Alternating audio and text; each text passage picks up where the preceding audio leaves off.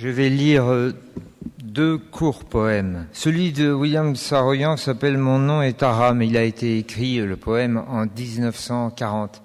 Alors, j'en parlais à l'instant à vous, Excellence, qui me disiez que William Saroyan était très connu en Arménie. Moi, je déplore qu'il le soit peu en France. On trouve quelques-unes de ses nouvelles publiées aux éditions Phébus, mais on peut déplorer qu'il soit encore assez timidement traduit et publié. L'autre poème, je viens de vous le dire, c'est de Victor Hugo. C'est un poème des Orientales qui s'appelle « L'enfant grec ». Comme ça, on sera encore un peu nimbé du parfum de l'enfance qu'on vient d'entendre saupoudrer par les mesures de Ma mère loi de Ravel. Et puis ce parfum de l'enfance bafouée que les photos de Lydia Kasparian nous ont tout à l'heure montré. J'ajoute une chose à propos de ce poème, de l'enfant grec. Il a été écrit en 1828 et publié en 1829 par Victor Hugo dans un recueil qui s'appelait Les Orientales. Et Victor Hugo avait écrit ce poème juste après le massacre de l'île de Kio en Grèce, et peu après la bataille de Navarin, où la coalition des forces françaises, anglaises et russes, celle que appelait, vient de nous révéler Jean-Christophe Buisson, de ses vœux Clémenceau, eh bien cette coalition avait défait la flotte albanaise, turque et égyptienne au large de Navarin en Grèce, et ça avait été le coup d'envoi à la proclamation, quelques années plus tard, de l'indépendance de la Grèce. Alors voilà pour les deux poèmes, l'un de William Saroyan, l'autre de Victor Hugo. Je ne vais pas faire l'affront ni à vous, ni à Victor Hugo, ni à William Saroyan de faire une explication de texte, mais je voudrais simplement dire un mot sur la raison pour laquelle j'ai choisi ces deux poèmes. Ils m'ont semblé tous les deux illustrer, l'un comme l'autre, et non pas l'un contre l'autre, deux options, deux positions possibles dans l'adversité, dans les troubles, comme on dit euphémistiquement, nous apprend Clémenceau, dans les époques de malheur. Il y a deux conduites possibles. L'une est celle du cœur et l'autre est celle du bras. Elles ne sont pas antinomiques. Victor Hugo a fait un poème pour chanter les armes. William Saroyan a fait un poème pour chanter l'âme. Et je crois que l'histoire a souvent prouvé que la conduite des deux opérations, l'opération du cœur et l'opération du bras armé, était efficace quand elles étaient menées conjointement. D'ailleurs, l'histoire a souvent donné une expression dialectique à cette concomitance du cœur et du bras armé. On a appelé ça le glaive et le bouclier, je ne sais pas comment on pourrait dire d'autre, l'épée et la bougie, la prière et le combat, la crosse et le tabernacle. Enfin, ce sont deux positions, deux catégories de l'être que renferme d'ailleurs chaque individu en soi. L'une appartient à la mémoire et l'autre appartient à la lutte. La force et la mémoire aussi, pourrait-on dire. S'il n'y a que la force sans l'âme, ça s'appelle la barbarie. Et s'il n'y a que l'âme sans la force, ça s'appelle une flamme vacillante et souvent une défaite.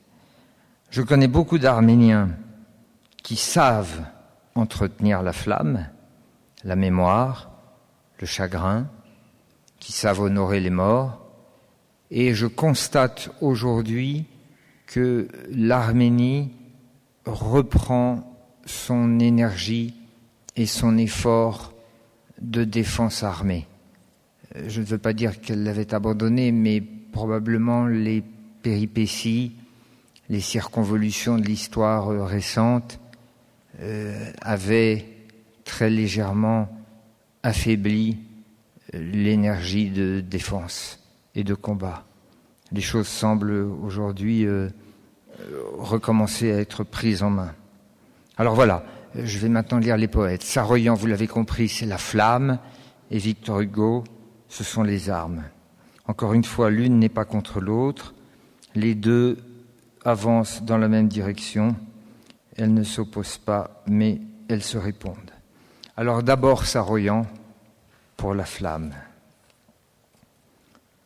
Je voudrais voir quelle force au monde peut détruire cette race, cette petite tribu de gens sans importance, dont l'histoire est terminée, dont les guerres ont été perdues, dont la littérature n'est pas lue, dont la musique n'est pas écoutée, et dont les prières ne sont pas exaucées. Allez-y, détruisez les Arméniens. Voyez si vous pouvez le faire. Envoyez les Arméniens dans le désert. Laissez-les sans pain ni eau. Brûlez leurs maisons et leurs églises. Et voyez alors s'ils ne riront pas de nouveau. Voyez s'ils ne chanteront ni ne prieront de nouveau. Car il suffirait que 2 d'entre eux se rencontrent, n'importe où dans le monde, pour qu'ils créent une nouvelle Arménie. William Saroyan, 1940.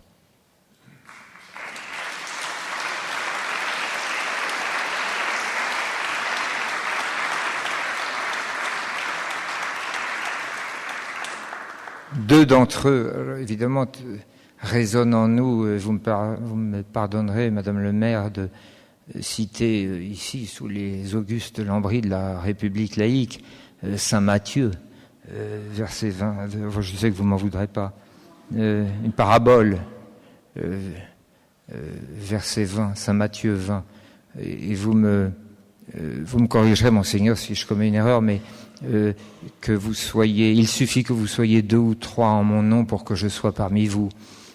Voilà, 2 Arméniens recréeront l'Arménie. Ça, c'est la flamme, c'est la récollection intérieure, c'est la bougie.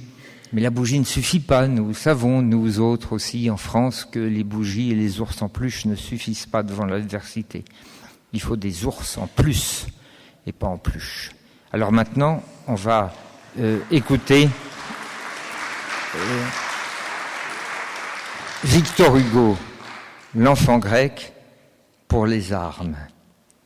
La flamme brûle, maintenant l'enfant grec.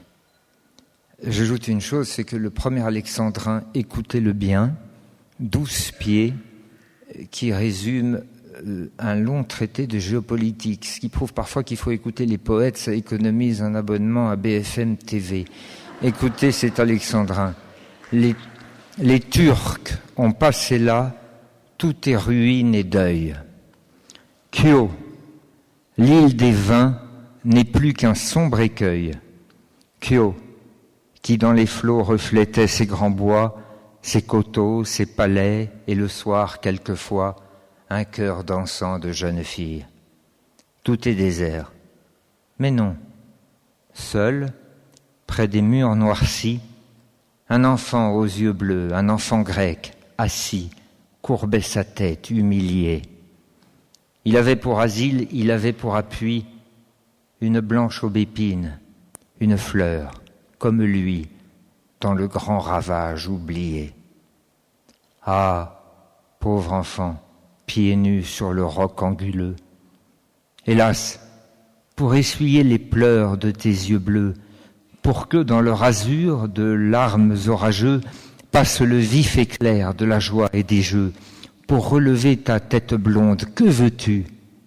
Bel enfant, que te faut-il donner pour rattacher gaiement et gaiement ramener en boucle sur ta blanche épaule ces cheveux qui du fer n'ont pas subi l'affront? Qui pourrait dissiper tes chagrins nébuleux? Est-ce d'avoir ce lys, bleu comme tes yeux bleus? Veux-tu pour me sourire un bel oiseau de bois?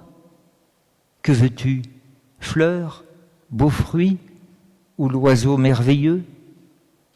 Ami, dit l'enfant grec, dit l'enfant aux yeux bleus, je veux de la poudre et des balles.